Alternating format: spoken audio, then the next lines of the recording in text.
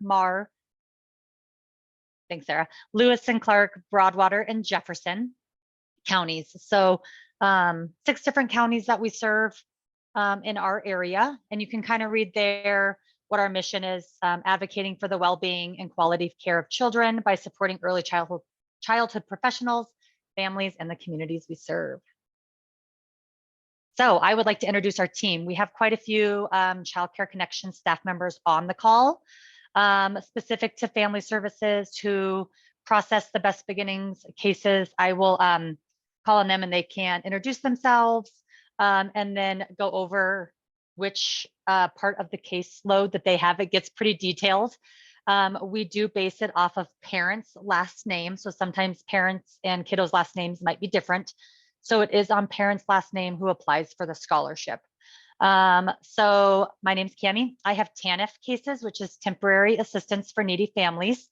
And those usually come through the Pathways offices here in Bozeman, Livingston, or Helena. I have CPS cases and then parents' last names X through Z. And I will have Jessie introduce herself. Hi, everyone. I'm Jessie, and I'm an eligibility specialist for last names A through D. And Rebecca. Hi, everyone. My name is Rebecca, and I'm an eligibility specialist for parents' last names E through M. And Amber. Hi, all. My name is Amber Miller. I'm an eligibility specialist here in Bozeman for the parents' last name of N through W. And I will have Sarah introduce herself as well. Hi all, I'm Sarah Peterson. I'm the Family Engagement Coordinator. I do not oversee any cases, but I do help Spanish speakers complete the Best Beginnings application. Thank you. And so you can see our contact information at the bottom. And if you would like to email any of us, it's just our first names at cccmontana.org. So you are more than welcome to email myself, or if you know the parent's last name, and have specifics on that case, you can email the eligibility specialist. And our website is on there as well. So Best Beginnings basics, just a few things that we are going to go over today. Eligibility requirements for the scholarship, what the application process kind of looks like, confidentiality, and then payment policy and provider rates. So what the scholarship is reimbursing.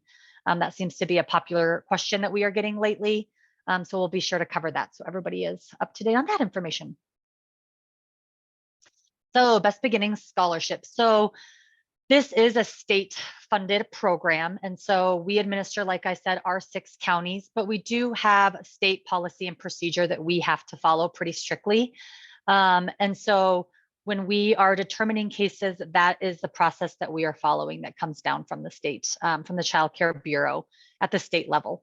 So currently the income eligibility is 150% of federal poverty. I'll be sure to send out this slideshow after this, as well as the recording. But if you go onto the Department of Public Health and Human Services, you can find that sliding fee scale there. And it is based off of family size and gross income. So the main thing that we are, a lot of questions that we get asked is that income part. Unfortunately, we cannot take into consideration any bills or rent, any deductions. When we are calculating income, it is gross income before taxes are taken out of individuals' pay stubs.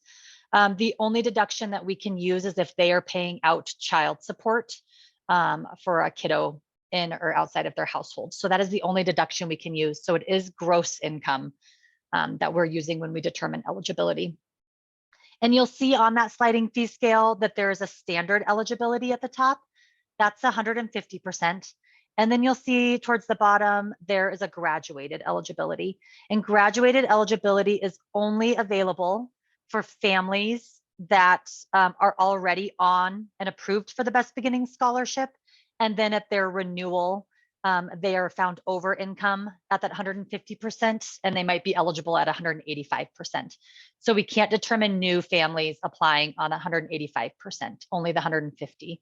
So usually we just let individuals know to disregard that graduated eligibility and really look at that 150% of eligibility. So the best beginnings, also some eligibility requirements continued. They do have to be meeting an activity requirement. So if it's a single parent or 2-parent household, they do need to be attending school, full-time, part-time, working, anything like that. And so those are the breakdowns based off of if they're a 2-parent or a single-parent household, if they're attending school, full-time or part-time, what that activity requirement is. There are some waivers that we can ask the state for if some disability might come into play. If they're unable to provide care for the child, we can definitely look into that with the state for approval. Usually there is third-party documentation that is needed, so doctor's letters, anything like that. So if you have a specific family that maybe you're working with or know of, definitely just reach out to us and we can kind of do that on a case-by-case basis to see if that's something that they might be eligible for. Teen parents do need to be attending high school or a high school equivalency program to qualify. And if they are not, but still a teen parent, then they do have to be meeting that work requirement if they're not in school.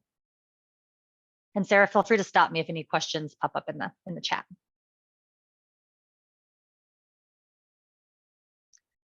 Child support seems to be also a big one when we are processing applications.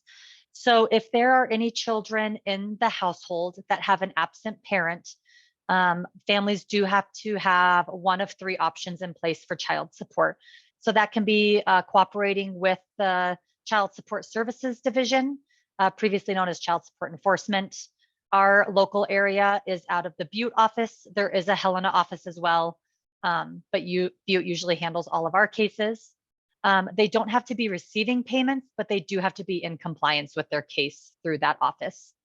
They can have a court-approved parenting plan that has been signed by a judge, or they can look at good cause exemption. So good cause exemption does require third-party documentation.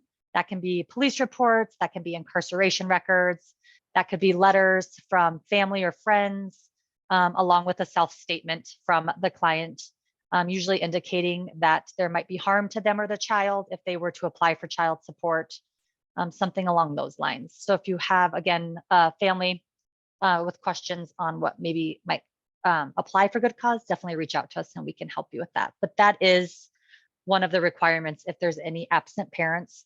And that also applies if any of the kiddos up until the age of 18 are in the household. So they might not need childcare, but if they're in the household, they still have to have child support compliance through one of those avenues.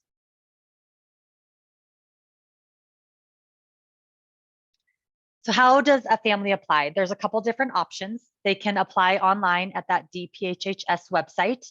It is an online application. They fill it out and submit it to us, and we get it at our office, and then we will reach out to them with some additional documents that we will need within 30 days. So they can apply online. They can also find that online application on our website, or they can print off a paper one on our website at cccmontana.org, and they just click on the Best Beginning Scholarship tab. They are more than welcome to come into one of our offices in Helena or Bozeman and pick up an application. We can mail one to them, email it. So whatever is the best avenue to get them that paperwork, we are happy to do. So the timeline for applications. So when we receive an application, that's the farthest date that we're able to backdate. So if they applied today and are found eligible, today would be the start date. We are not able to backdate applications any further back than the date that it was received in our office. We will send out a request for information to the client. Typically, we always send one via mail, and then we will try to reach out to them as well via phone or email to request additional documents if they need it.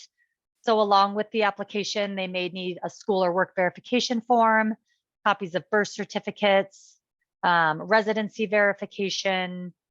They may need child support documents turned in. So we will send them a letter letting them know what items are needed. We'll enclose those items, and then they are due within 30 days of when they applied.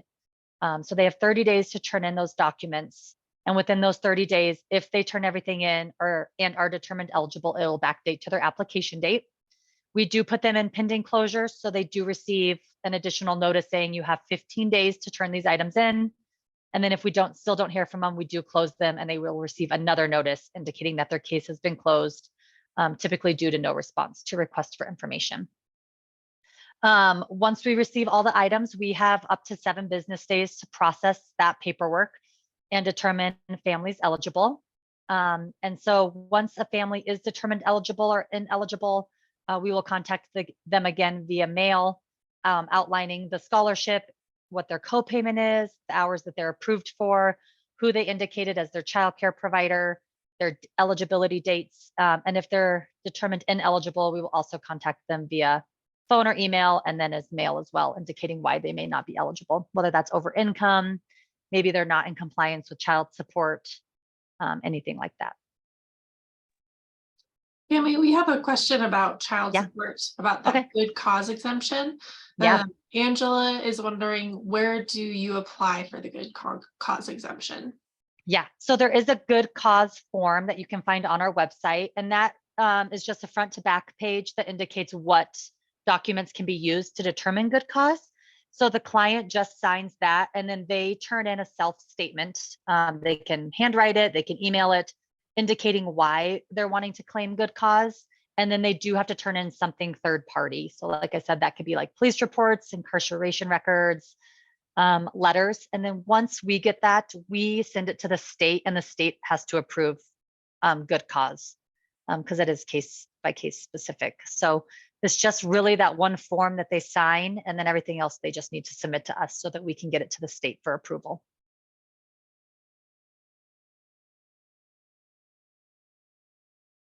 That work?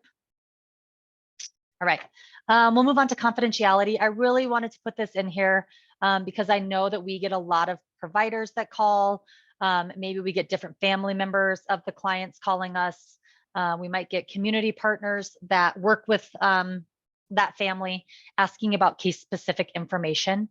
And per our contract with the state, we cannot share specifics about a client's case unless the client is present with them. So if you're meeting with them in your office, if you send us an email and they're on the email, we can definitely get back to you, but we're not allowed to release any information, even if we have a release of information. They're pretty specific on what we can and cannot share. So specifically for providers, if you call about a family, we can definitely let you know if they have an application in, if they're approved. We can let you know what their co-payment is, what their hours are, their eligibility dates. But if they're missing items, we can let you know that. We just can't let you know the specific items that they're needing to turn in. So we can't let you know that we still need a work verification form, we need child support compliance. You're going to kind of get a general answer that says they need to turn items in, and they have until May 10th to get those items to us before we close our case. So just kind of something to keep in mind if you're asking about a specific family's case.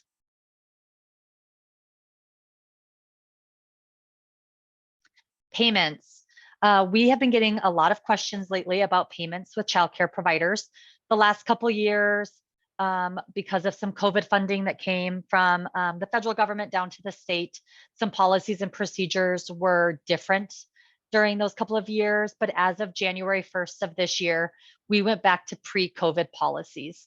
And so what that means is that as of January 1st, previously the scholarship was paying the full authorized amount regardless of a child's attendance in the program.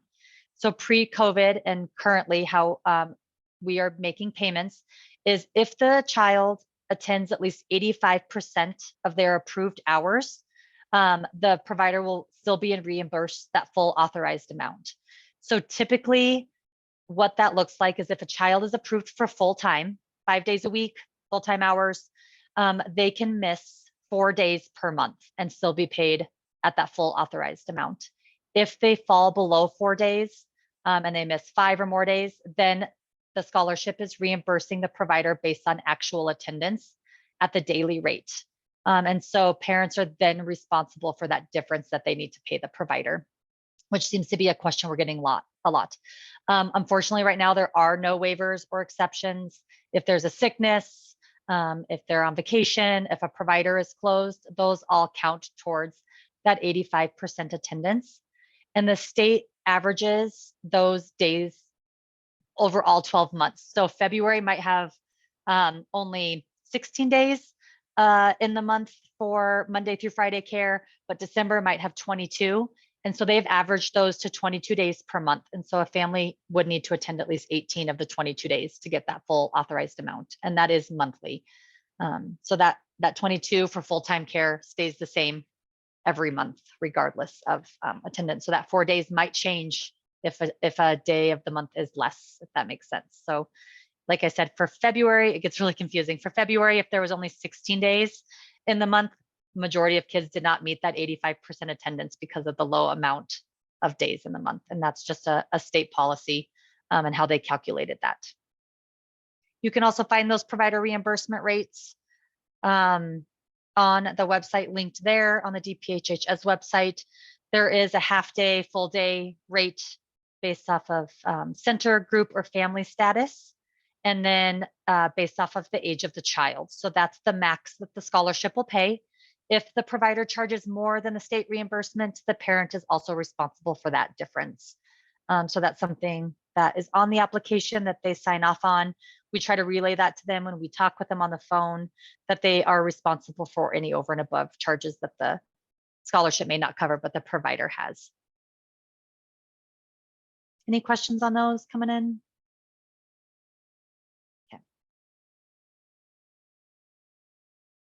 And we kind of just went over that, the 85% attendance, what days are covered. So whether a child is sick, if they're on vacation, if a provider is closed for a holiday or vacation, those all count towards that 85% attendance. And then what the grace period down there at the bottom is referring to is we are required per our policy and procedure to give parents and providers a 15-day notice. So if we lose contact with a family, if a family is not attending a program anymore, we will contact and put the case into a pending closure, which will send out a notice so that the provider is not just left with a closed case. There is a 15-day notice indicating why that case is maybe closing. That could be because they're up for renewal.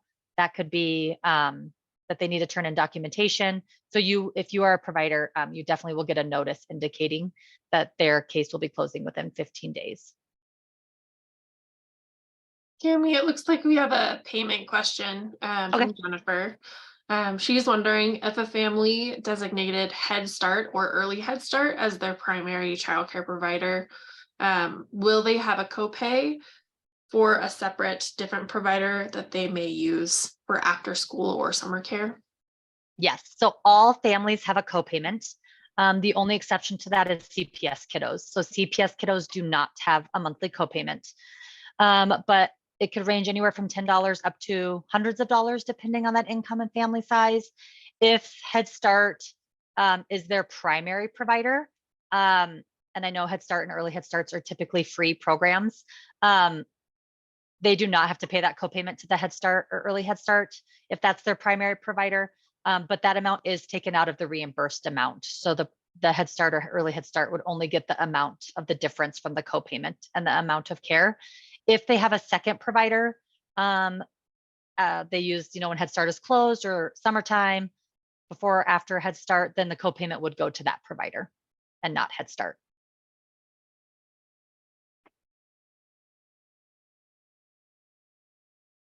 All right, I'm going to turn it over to Sarah.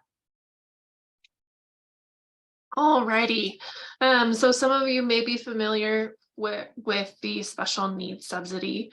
This is a resource that is in addition to the Best Beginning Scholarship for children who have special needs. And what this does is it offers an additional of financial assistance on top of Best Beginnings to support those children in the childcare setting. Those funds can be used for expenses such as adaptive equipment, tuition for specialized training, teaching aids, individualized technical assistance, etc. A lot of these are just examples of what providers can use that funding for. I do want to note that it is not a significant amount of funding. It's about 10 to 15% based off of the child's attendance. So for example, if they are attending and their coverage is $30 a day, it would be an additional $3 on top of their scholarship. So that's kind of what it looks like, but it is a family-led program, and families can work with their provider to decide how that assistance can best support the family and the child in that setting. So some families use that to support their co-payment. The state is very flexible on how that looks depending on the family. Cami, you can go to the next slide. So what a family needs to qualify for the special needs subsidy, as I mentioned, that's on top of the Best Beginning Scholarship. So the main thing is that a family must first qualify for Best Beginnings to be considered for the special needs subsidy. What we do in-house is if a family marks that their child has special needs or disability on their Best Beginnings Scholarship application, we follow up with them as soon as they are approved with the application for the special needs subsidy. It's a very brief double-sided application that indicates what their special needs might be if they would be considered having a disability, meaning they have a 504 plan, an IFSP, or an IEP in place, or if they have special needs and have written documentation from a medical professional. So those are the two options. And then on the other side, both the family and the provider sign off on what they agree upon and note a few of the things that they would like to see the special needs subsidy used for. In addition to that, we will need documentation of the child's disability or special need in one of those forms of documentation that I mentioned earlier. And we put that together and submit that to the Early Childhood Services Bureau for approval. And as soon as we get the okay, we put that to their case and they are reimbursed based off of whether they have a special need or disability. So those are just kind of a brief overview of what that looks like. Thanks, Sarah. And I think Sarah had mentioned when she introduced herself that she does also work with our Spanish speaking population. So if you have a client that's interested in applying for the scholarship, we do have an application that is in Spanish, and Sarah can help them as well with that process. The other thing that we work with are what's called childcare referrals. So if you have a family, they do not have to be on the scholarship. This is open to anybody in our area that needs help finding providers, and maybe they're looking for a list. They can hop on our website and fill out a childcare needs form. So it kind of asks just some basic information, where they're located and looking for childcare, the age of the child or children in the household, the hours that they're looking for, the type of program, and then we can pull a list of providers based off of our referral system and get that sent over to that family along with some other resources. So we do have two Facebook pages that we monitor through Childcare Connections. We have Childcare Share of Gallatin Park and Marr County and Childcare Share of the Greater Helena area. And so a lot of our providers post on there when they have openings. Families can post on there as well what they're looking for, and individuals and providers can post if that might work for them.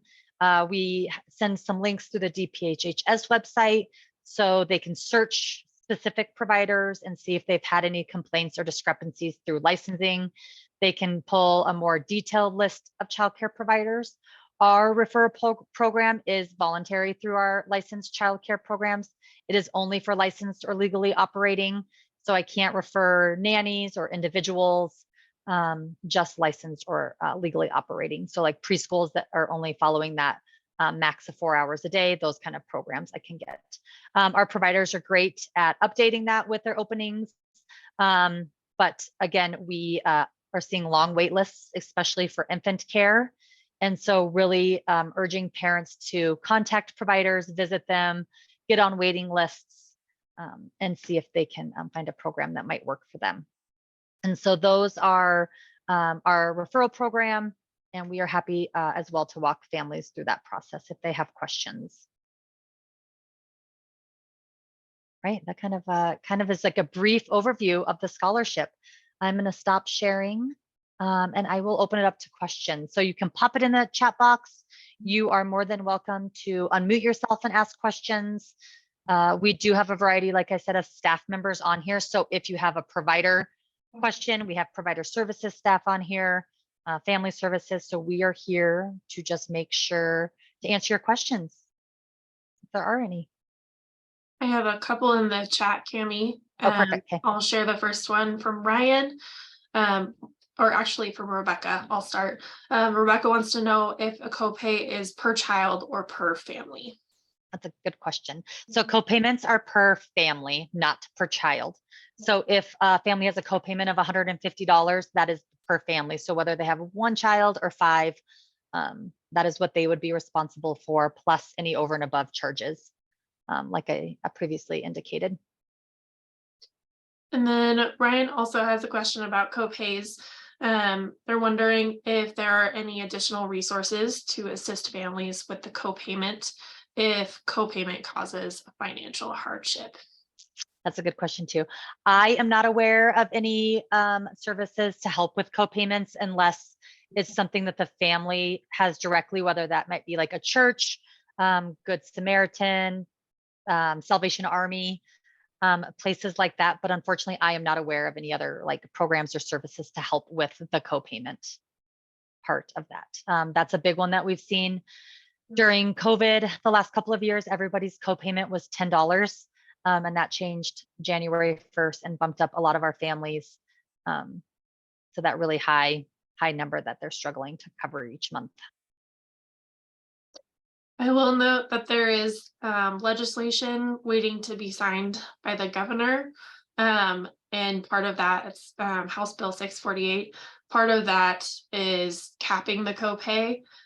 So hopefully we'll reduce the copay and increase the eligibility, the income eligibility for the scholarship. That has not been, put through yet. So still not set. And it would take some time for it to be administered, but that's something we're hopeful for. The next question from Angela is about the reimbursement rates and the different types of care. She's wondering, looking at the reimbursement page, she's seeing relative care and family, friend, and neighbor, and is wondering how you get approved for that. Yeah, so relative care is somebody that is related to the family applying, or you have a friend, family, and neighbor, which we abbreviate as an FFN. So there is an application that those individuals can complete. Those are individuals who are looking to directly watch just that one family's children. So they can watch the children of all of one family. So even if a family has 8 kiddos, they could watch all of those kiddos, or they can watch 2 kids from 2 different families currently without being like licensed by the state. So they are registered. So there is an application. They do have to come in and get fingerprints through our office or the Department of Justice. And there is like safety courses. They have to take CPR, first aid in order to get registered and reimbursed by the scholarship. So that's a great option for families that maybe work non-traditional hours, because we don't have a lot of providers that are open evenings or weekends. So that might be a good option if they have a friend, family, or neighbor that's interested in going that route. And you can find that application on the DPHHS website, and we're happy to send that out as well. And that's a 12-month approval. So they do have to reapply every 12 months.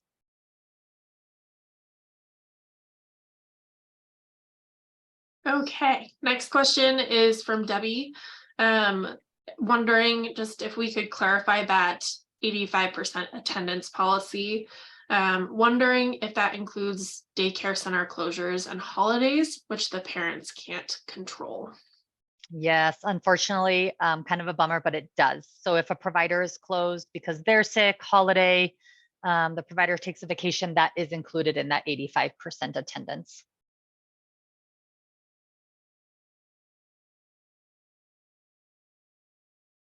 And I think that is, like Sarah had indicated in the House Bill 648 for the Best Beginnings Scholarship. If that's signed by the governor, I believe it was signed by the floor chair yesterday. And so it's moving up. But once that is all approved by the governor and then into the state policy and procedure, that is one thing in that bill, I believe, that they would go back to the COVID policy of reimbursing the full authorized amount regardless of attendance. So we would do away with the 85%, which makes it a little bit more manageable for providers and parents.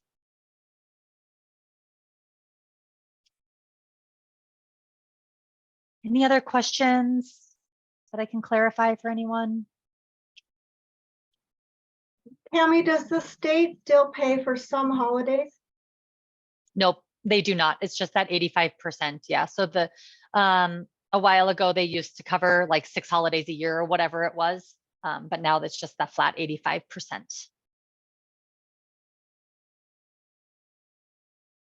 And yes, I will definitely send out the slideshow. Yep.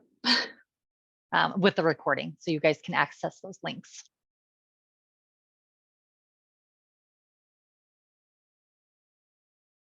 And just a few things to mention too about childcare connections. If you know of anybody that's interested in being a childcare provider and they have questions, definitely send them our way. We have Larissa and Tammy who are more than welcome to answer questions for them, help them walk through the process of becoming a licensed childcare provider. We're definitely in need of more licensed providers and open up some slots. So we can definitely help with that. We do have some new provider assistance grants available. If somebody is opening up a new program, they can apply for up to $3,000 to help them in that process.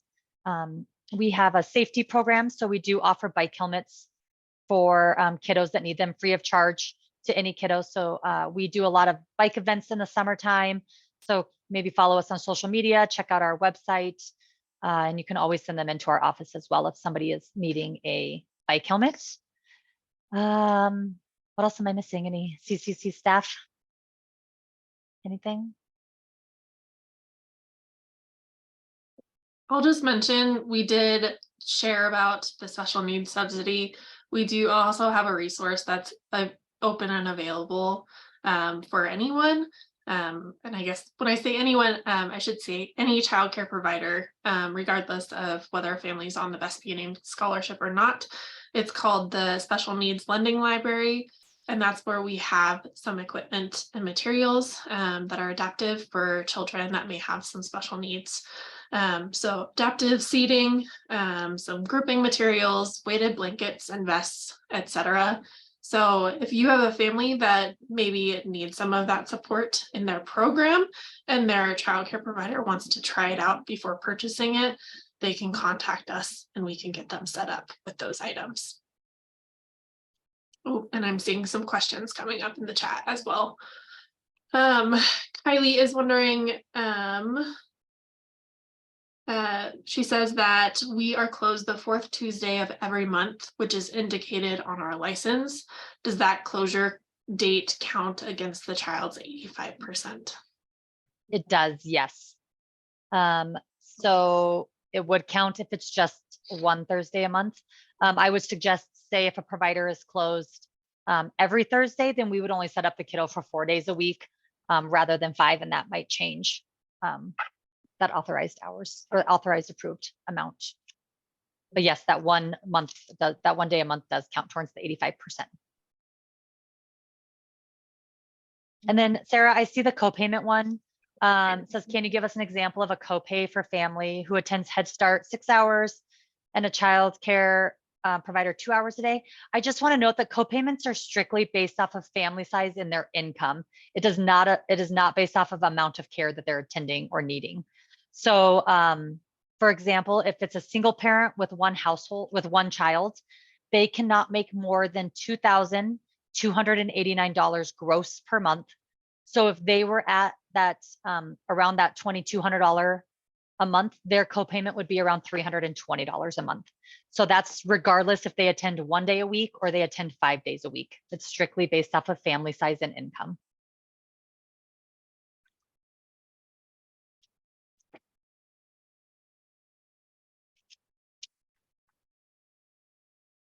And again, the scholarship is only for licensed childcare programs. So we get a lot of questions about like summer camps. So unless they're a licensed summer camp, the scholarship cannot reimburse for those. They can be like the not camp specific, but the FFN or the RCE can get reimbursed by the scholarship. But the one we get a lot of is summer camps for school-aged kiddos.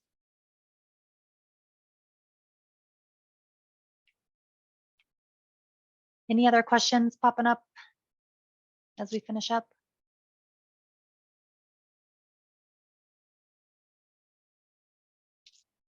Well, I hope it was somewhat informative and helpful for you to get a better grasp on the scholarship. You guys are all more than welcome to reach out to us via phone, email. We have a contact us on our website, and we can get that to the correct individual at Child Care Connections and get those questions answered for you. So never feel bad for reaching out to us. We would like to hear from you if you have any questions, comments, concerns, ideas. So we appreciate it all. And I'm happy to stay on for a few minutes. If anybody needs to stay on and ask additional questions, I will stay on for a few minutes. But thank you all for joining us. Greatly appreciate it. Have a good afternoon, everyone.